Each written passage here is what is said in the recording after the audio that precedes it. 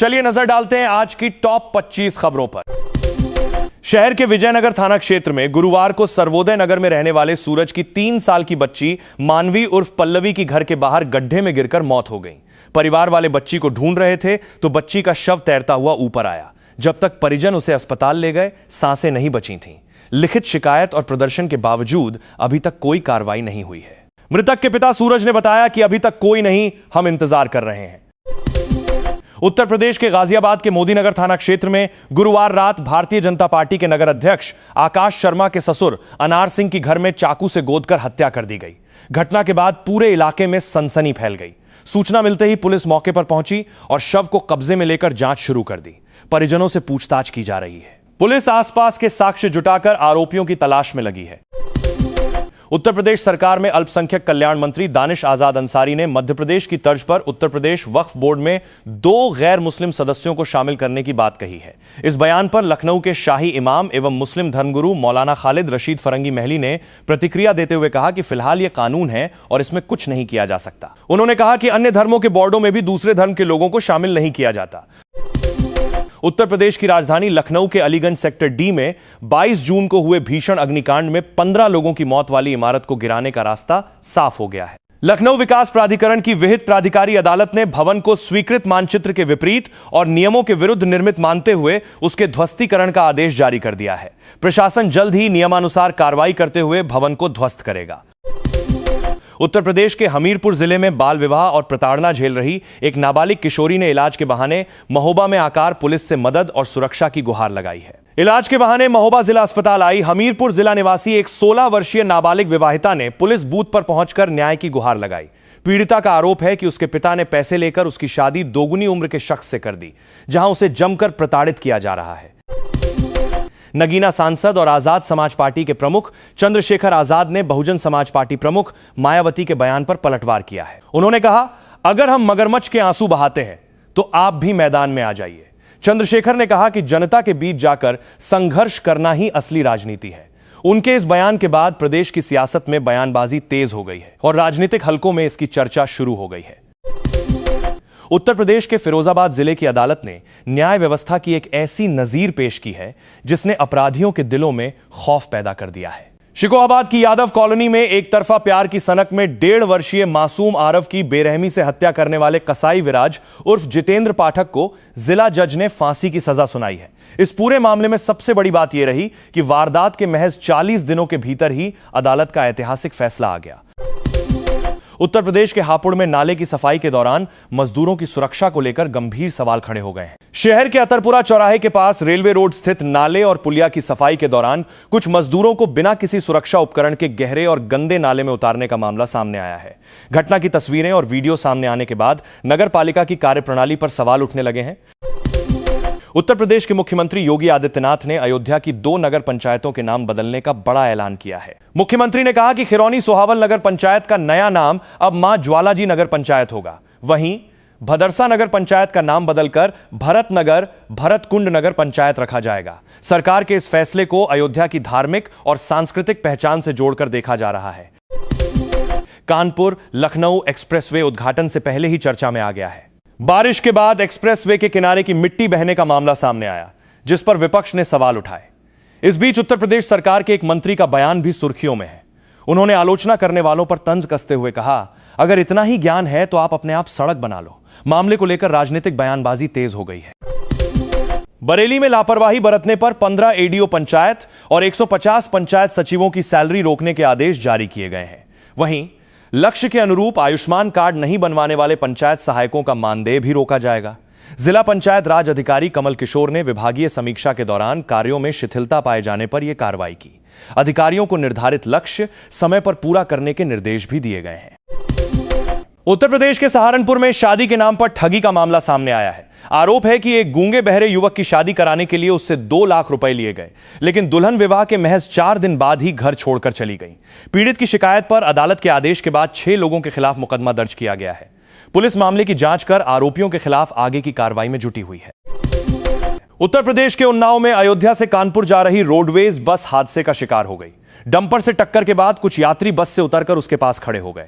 तभी बस अचानक आगे बढ़ गई और नीचे खड़े यात्रियों को अपनी चपेट में ले लिया। इस दर्दनाक हादसे में 3 यात्रियों की मौत हो गई, जबकि बस का परिचालक घायल हो गया।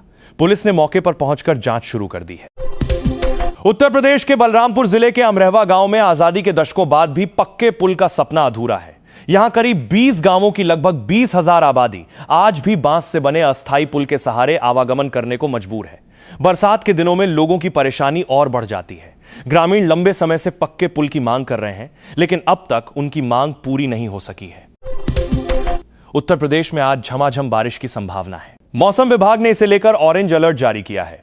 वैज्ञानिकों के अनुसार सोनभद्र, मिर्जापुर, चंदौली, गाजीपुर, आजमगढ़ और वाराणसी समेत पूर्वांचल के कई जिलों में भारी वर्षा होने की संभावना है।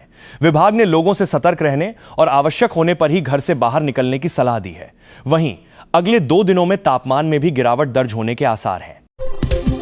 मेरठ के छात्र ललित गौतम के परिजनों से समाजवादी पार्टी के राष्ट्रीय अध्यक्ष अखिलेश यादव ने दिल्ली में मुलाकात की।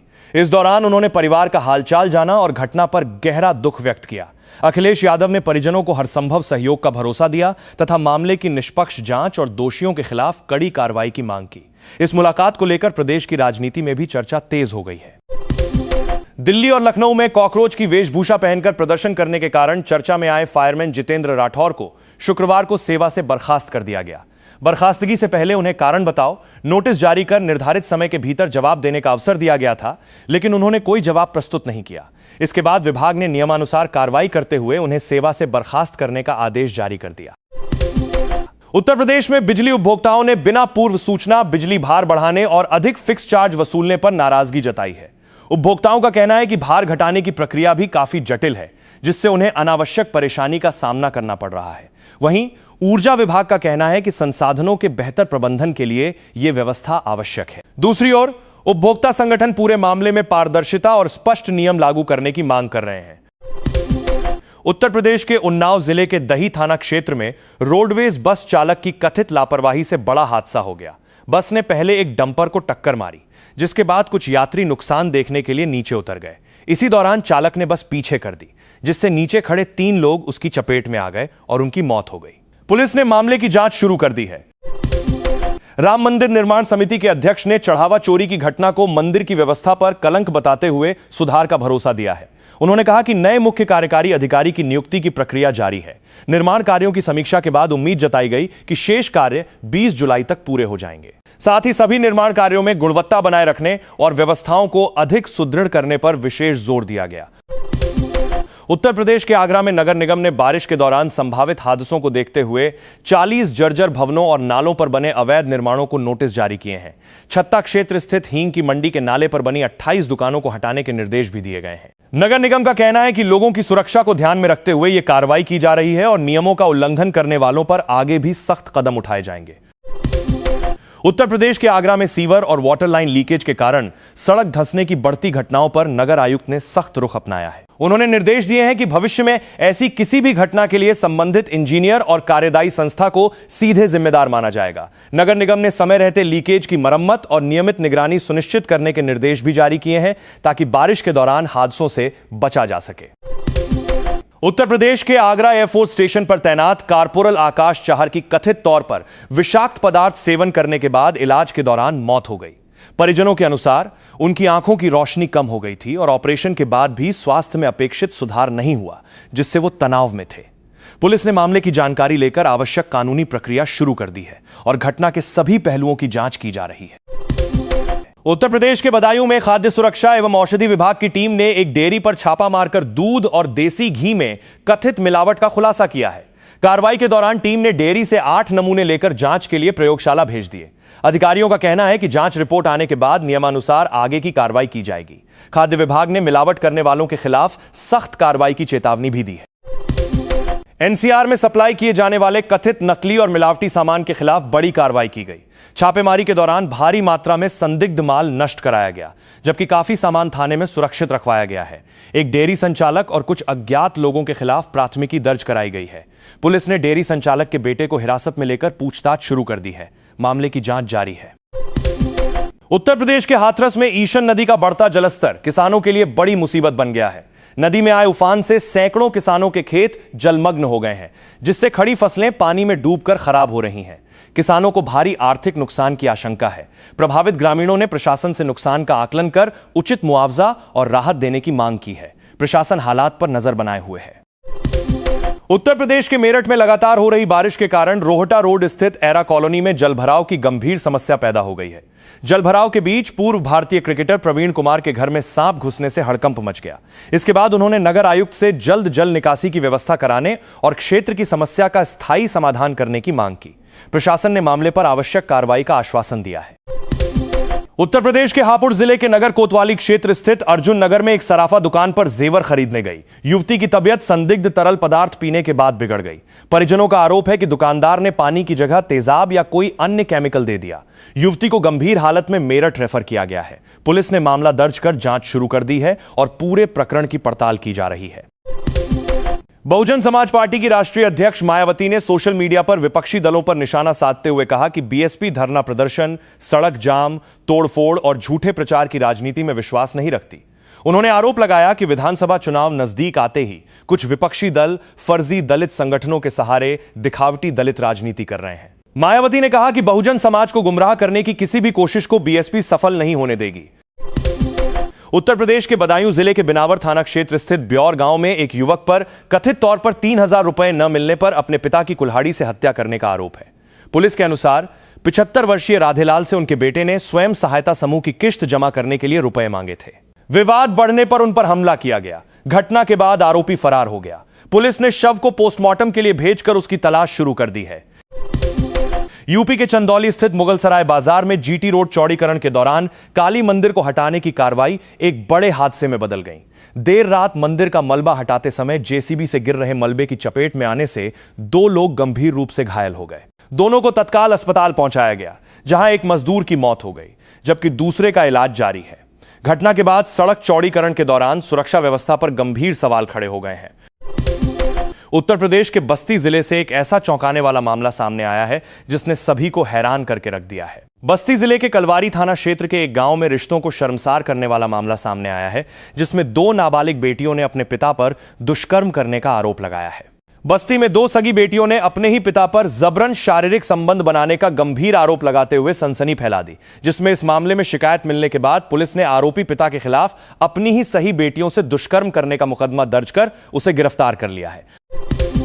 उत्तर प्रदेश के सहारनपुर जिले में पिछले कुछ दिनों से लगातार मूसलाधार बारिश हो रही है। इस भारी बारिश ने जहां आम लोगों का जीना मुश्किल कर दिया है, वहीं देहरादून दिल्ली हाईवे पर स्थित सैयद माजरा गांव के कब्रिस्तान को भी भारी नुकसान पहुंचा है। तेज बारिश के कारण कब्रिस्तान की मिट्टी बह गई, जिससे कई कब्रें टूट गईं। हालात इतने खराब हो गए कि कुछ कब्रों से शव बाहर निकल आए और पानी के तेज बहाव में बहने लगे। बिजनौर जिले में लगातार हो रही बारिश के बाद उफान पर आई मालन नदी शुक्रवार को 3 परिवारों के लिए आफत बन गई। कुछ ही घंटों के अंतराल में नदी में 2 अलग अलग हादसे हुए। पहले हादसे में रपटा पार करते समय 43 वर्षीय व्यक्ति तेज बहाव में बह गया, जिसका लाइव वीडियो भी सामने आया है। वहीं दूसरी घटना में नदी में नहाने गए 2 नाबालिग किशोर अचानक तेज बहाव की चपेट में आकर लापता हो गए। दोनों घटनाओं के बाद इलाके में दहशत और चिंता का माहौल है। गाजियाबाद के राजनगर एक्सटेंशन स्थित एक निर्माणाधीन मॉल में 7 वर्षीय बच्ची का शव मिलने से सनसनी फैल गई है। सूचना पर पुलिस और फोरेंसिक टीम मौके पर पहुंची। परिजनों की शिकायत पर मुकदमा दर्ज कर कुछ संदिग्धों को हिरासत में लेकर पूछताछ की जा रही है। पुलिस गहन जांच कर रही है और पोस्टमार्टम रिपोर्ट का इंतजार है, ताकि मौत के कारणों का सही पता चल सके। मुजफ्फरनगर के शिव चौक पर सुरक्षा कारणों से डीजे से नीचे उतरने को कहने पर कांवड़ियों और पुलिस में तीखी बहस हो गई। इस दौरान डीजे गाड़ी पर खड़े होकर माइक से एक युवक ने शहर इंस्पेक्टर ब्रजेश शर्मा को 5 मिनट में वर्दी उतरवाने की धमकी दे डाली, जिसका वीडियो वायरल हो गया है। हंगामे की सूचना पर पहुंचे एसपी ने मामला शांत कराया और कांवड़ियों को आगे रवाना किया। पुलिस अब वीडियो के आधार पर जांच कर रही है।